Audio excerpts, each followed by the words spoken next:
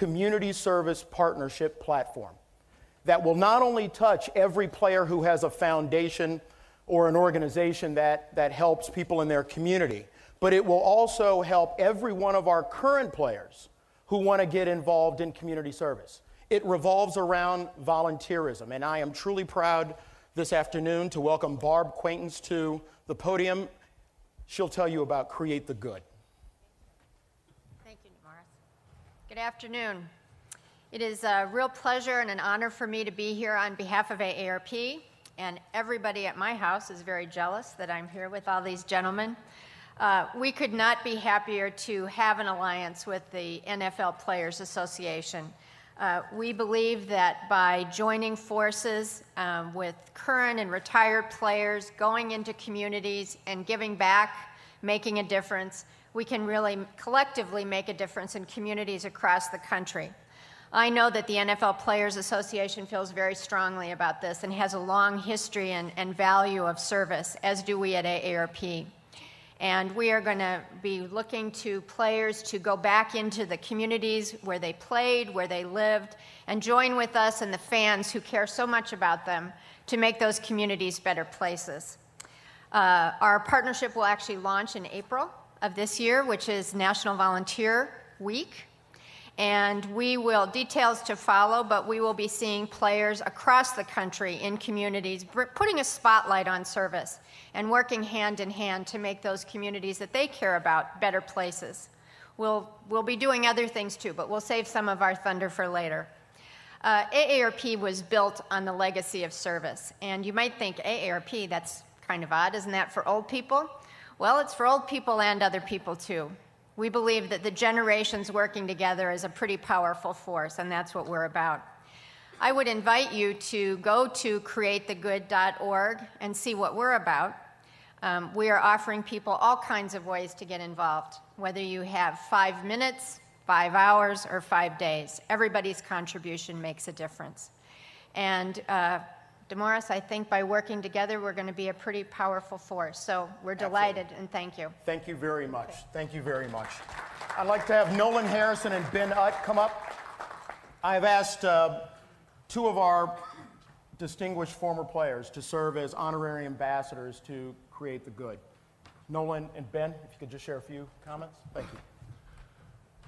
When Dee told me about this, I thought it was because I just turned 50 and got my card in the mail.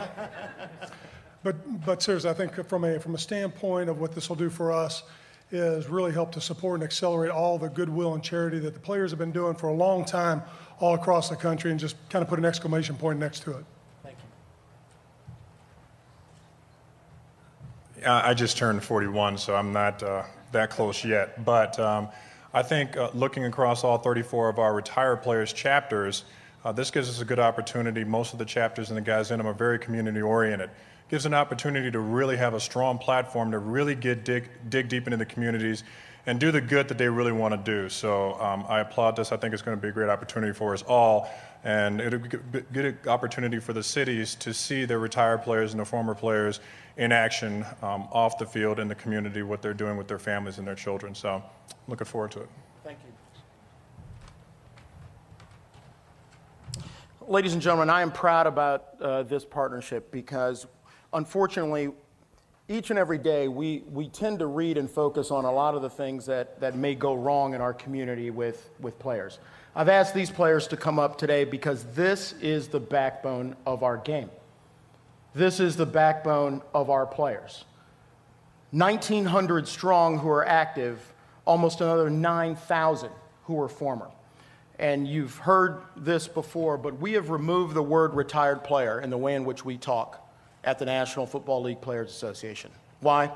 If you were in a locker room, you are a part of a legacy that existed before you and will most certainly exist after you.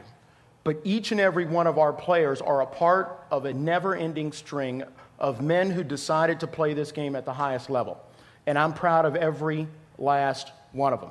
And I'm proud to be a part of this organization, AARP, because I think that this small partnership alone will grow into something that will touch every member of our community and will excite our younger people to not only love the game of football on the field, but to cherish and honor your service off the field. Ladies and gentlemen, it's my pleasure to introduce a very special friend of mine.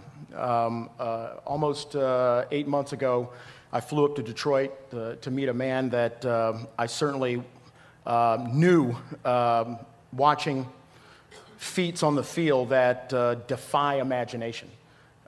But I also met a person that I grew to know who continues to have a love for his community and a love for his players, and something that we all dig, the love of this game. Ladies and gentlemen, Barry Sanders.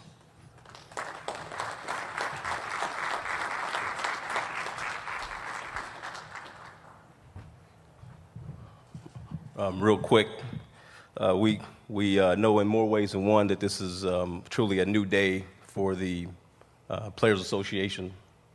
And, we know also that there could probably be better unity between the former players and current players.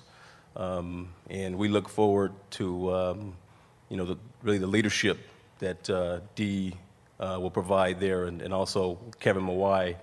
And we know that there's so many things that to be done, but we want to build on that, and we really look forward to their vision and their passion for us, continuing to protect this great game that we all know and love. And I'm certainly happy, and like I told Dee, I'm happy to do whatever I can to be a part of that.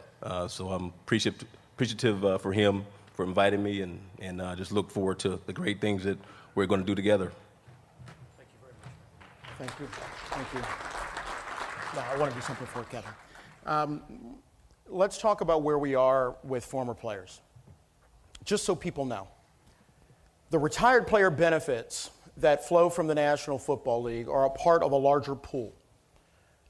And what happens under the collective bargaining agreement, after the owners take about $1 billion off the top, players and retired player benefits compose about 52% last year of all revenue.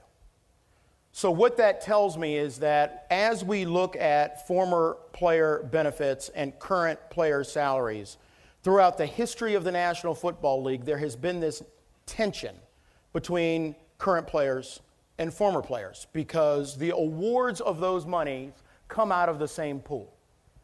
So imagine a world where somebody puts a dollar bill on the floor and two people are fighting over it. Well, the owner who puts that dollar bill on the floor doesn't care who wins. He doesn't care who loses. He always wins. I want to do something different because when it comes to especially the benefits for our former players prior to 1993, I believe that our current system is not working. It doesn't work. We know that over the last 15 years, team values have increased almost 500%. As you look around this great week and see everything that's unfolding about this great game, the realities remain the same. Last year, the National Football League generated about $8 billion. Oh yeah, I said B. Billion in total revenue. Billion. So we always are confronted with a world where we say, how in the world can we have pensioners prior to 1993 in this overwhelming sense of revenue and cash generation and have folks who can't afford their health care? They can't get their benefits. They do not have enough to retire over. So I have talked to the Dave Pears of the world. I have talked to the Brent Boyds of the world. I'm thrilled to be partners with Ken Baldessari at Gridiron Greats. I'm thrilled to work with Coach Ditka because those are individuals who want to lead, and that's what we will do. So today, I've taken about 10 months to study this issue. There are 4 things that I just want to run through very quickly about the way in which I think we can do a better job for retired players. First, we have a system where